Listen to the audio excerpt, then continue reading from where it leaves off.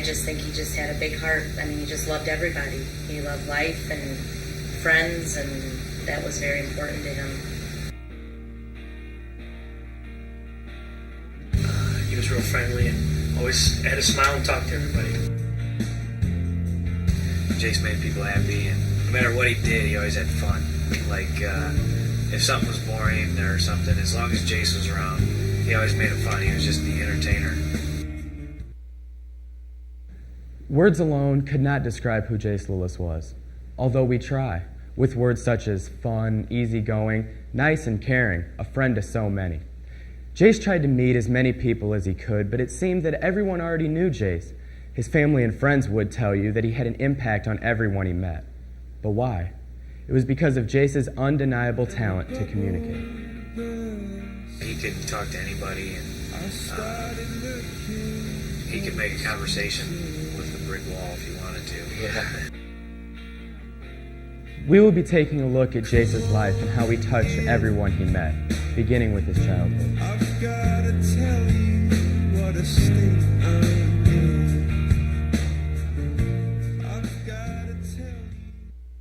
At what age did you notice Jace's ability to communicate with other people? He could first start talking, and he never stopped. So he was always on Very young. I mean, you know, a year and a half. Once he could start talking, just kept going. Hi, this is Mark Nelson with you here. We're live with Pee Wee Herman. Yes, you can hear the voice. This is ABC. This is ABC News. Hi, I'm Pee Wee Herman.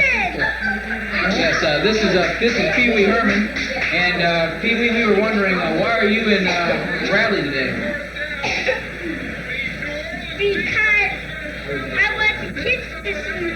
You want the kids to see you. And This kid wanted a Pee Wee birthday. it's a Pee Wee birthday party. Is it true that you won $50 a couple months ago in a Pee Wee Herman lookalike contest? Yep. And were you dressed like this? How were you dressed? You were dressed like Pee Wee Herman. Now tell me, when Pee Wee Herman is standing in front of a camera, what does he like to do? Do you stand still, or how do you do this? How old are you today? I'm 3? 4? You play around the playhouse. He's big. Okay, how come you always have your hands in your pocket? Sidewalk? You know how to do that? Yeah. Okay, that's the camera right there. Hey, Pee Wee, can you make peanut butter and jelly sandwiches? What do you do if somebody says, hey, you look stupid?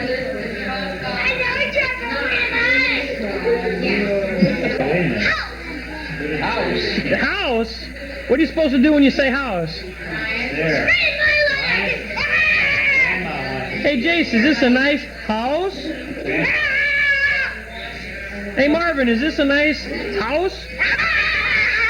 All right. I remember when we lived in Manteno, when he was a little guy, he was still wearing diapers and big boy pants, though. And we were sitting at the dinner table, and he wouldn't finish. I don't even remember what it was that he was eating, but he wouldn't finish his plate. And it was told to him, Jace, you're not going to get down from the table until you eat everything. And he wanted to go into the other room and watch television.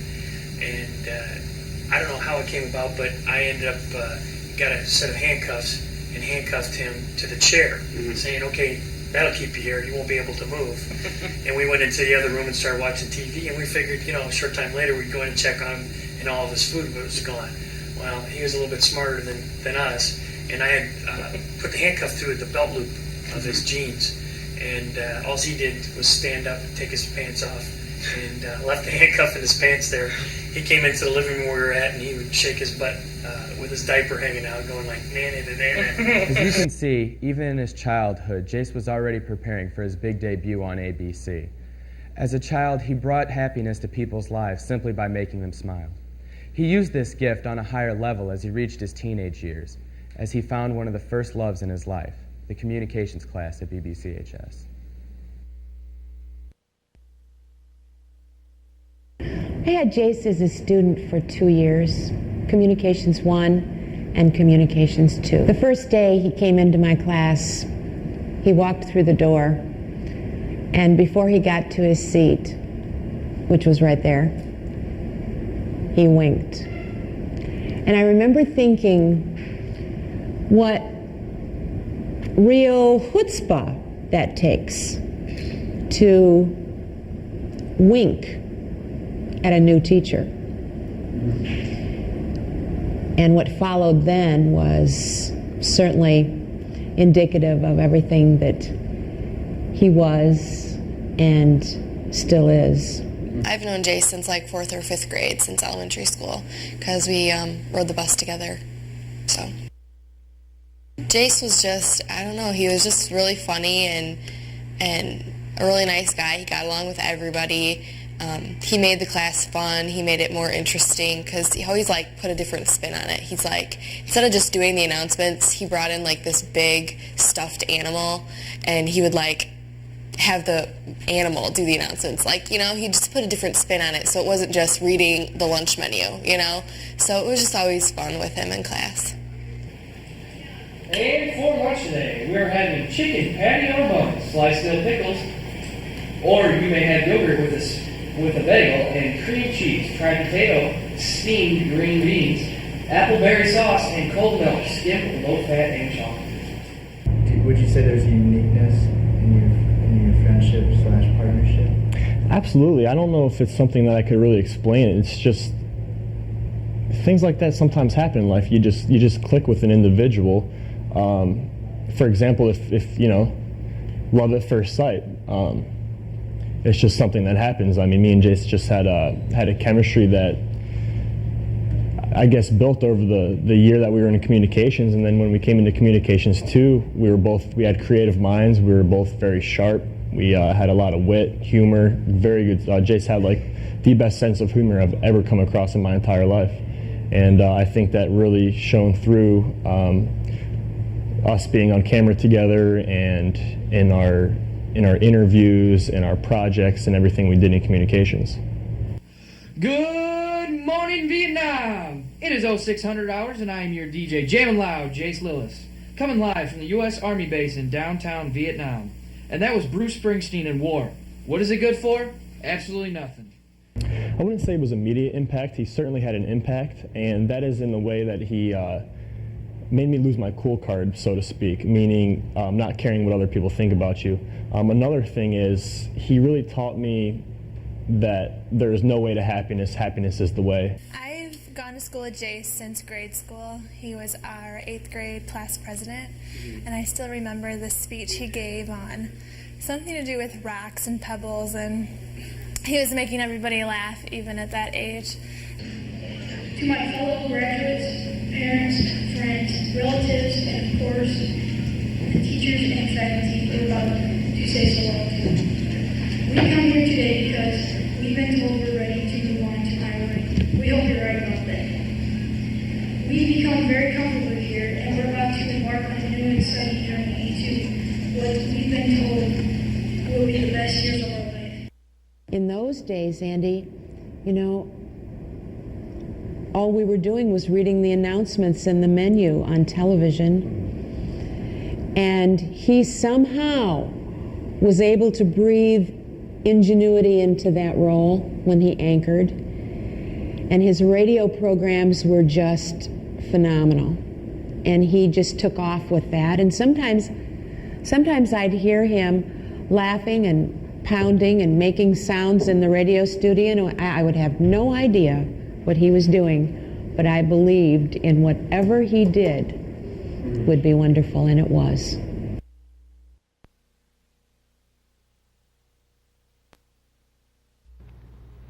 After Jace impacted so many with his signature radio broadcast at Bradley, he moved on to college, where he met his best friends and another love of his life.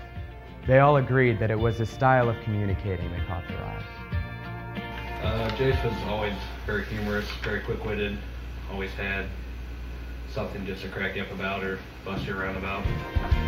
I think that Jace enjoyed every single day of his life for the most part. The second you knew him, you felt like, you know, he'd been a buddy for your whole life. Anything that he could do, you know, he wanted to do it. He just had a way of making everything better all the time. poison, I've got the remedy is the experience. This is a dangerous liaison. Assist the comedy, is that a serious? This is a stranger, no. The second you knew him, you felt like, you know, he'd been a buddy for your whole life.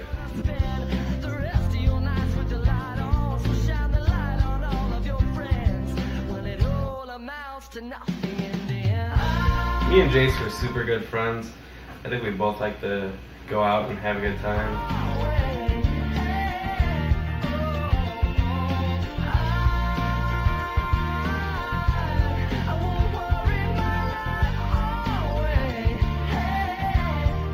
Jace had a real love and just a strive to be the best, and I love that about him. So, the Big Creek, Cancun, anything that was adventurous, you know, he wanted to go snorkeling, he wanted to do scuba diving and all this. I mean, he didn't have enough money or time to cram all that in. You know, anytime you lose somebody like Jace, it's going to change the dynamic 100%. You know?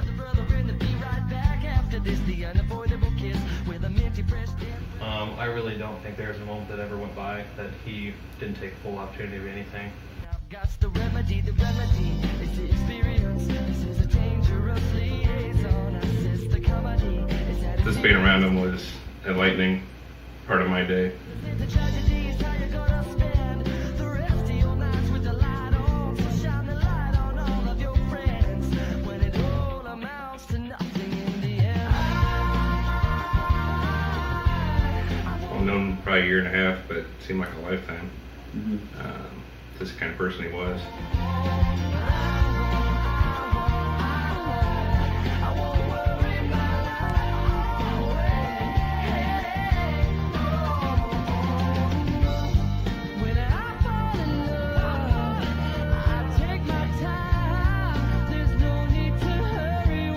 He lived every day to the fullest. There's not one day that I think he could probably, that he would go back and take back and change.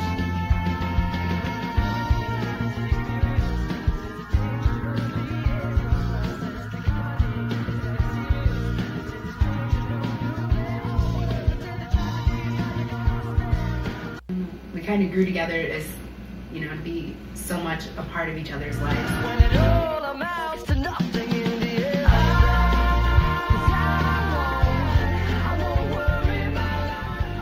Jace taught me a lot of things, and he taught me not to be so uptight all the time, and not to, you know, worry if the dishes were done, that it's going to be okay. You know, you can still do the dishes tomorrow.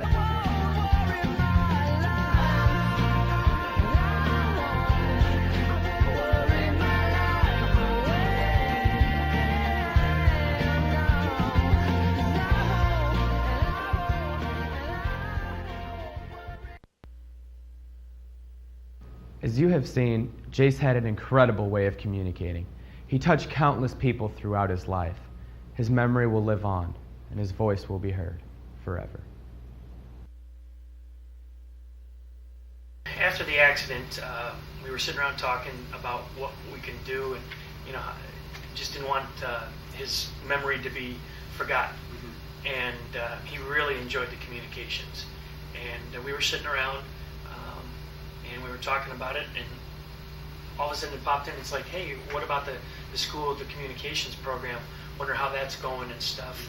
And you know, we looked into it. Our neighbor, fortunately, was friends with Lana Brown and was able to call her at home. And the phone rang just as I was putting my things away and getting ready for bed. It was Chris McGill on the other end of the line. And Chris McGill, who has always been one of my very favorite people, in her amazingly calm, sweet voice, told me that Jace Lillis had passed away. My first reaction was one of great pain. And after a pause, she said that she had just talked with his parents and that they had a question for me. they were wondering if it would be at all possible, or if I would be interested in having them designate the memorial to the Communications Center. We were kind of weighing that out, to, where to give the money. And when we met Lana and Jace's remembrance of the program and stuff, it was like that was a perfect fit. Let's give what we can to the program. So we chatted, and I was humbled, really humbled, by the fact that they were even thinking of such a notion. They asked me what things we needed in the Communications Center, and I told them that we've always talked about, I always wanted to have some kind of a set or a stage or something like that, and then there was something that we never got really, and it was in the initial plan for the center, and that was real television lights. We had to substitute what we wanted to pay for television lights for some software instead, and so we let the television lights go, and we bought some lights at Farm and Fleet to kind of tide us over until one day we'd be able to have real television lights. And that's how it came about. It was something that Jace really loved to do, and we truly believed his career path was taking a little bit different turns every once in a while, but I think that he would have gotten back into the communications later on. So. And I think that, it's something that when we sat back and really thought about it, that it's something Jace would have wanted us to do. And I think, he's saying thanks. Now we have television lights. They're the Lillis Lights. They will always be the Lillis Lights. And just like he did when he walked in a room, they brighten every one of us in this place.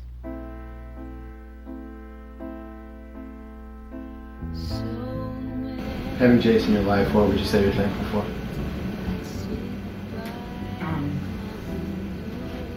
I would have to say everything. I have so many memories of Jace from so many different things, from work, from hanging out in towns, from going up to Chicago to the clubs. We went to Cancun for a week together.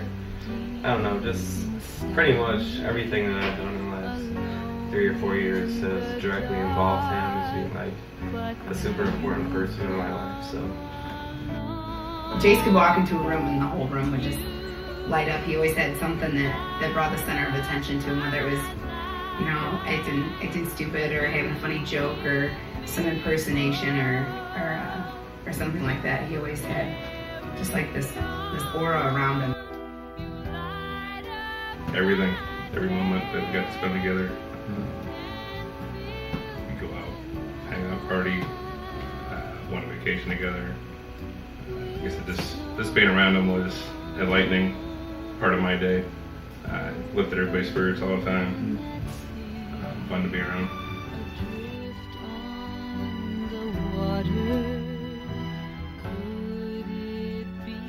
If I ever needed to talk about a girlfriend, or if I ever needed advice and I didn't want to talk to my parents, I could always go to him, and he was just an older brother to me, and we were pretty close. On behalf of everyone here at BBCHS, we, the Communications Department, would like to say, thank you, Jace.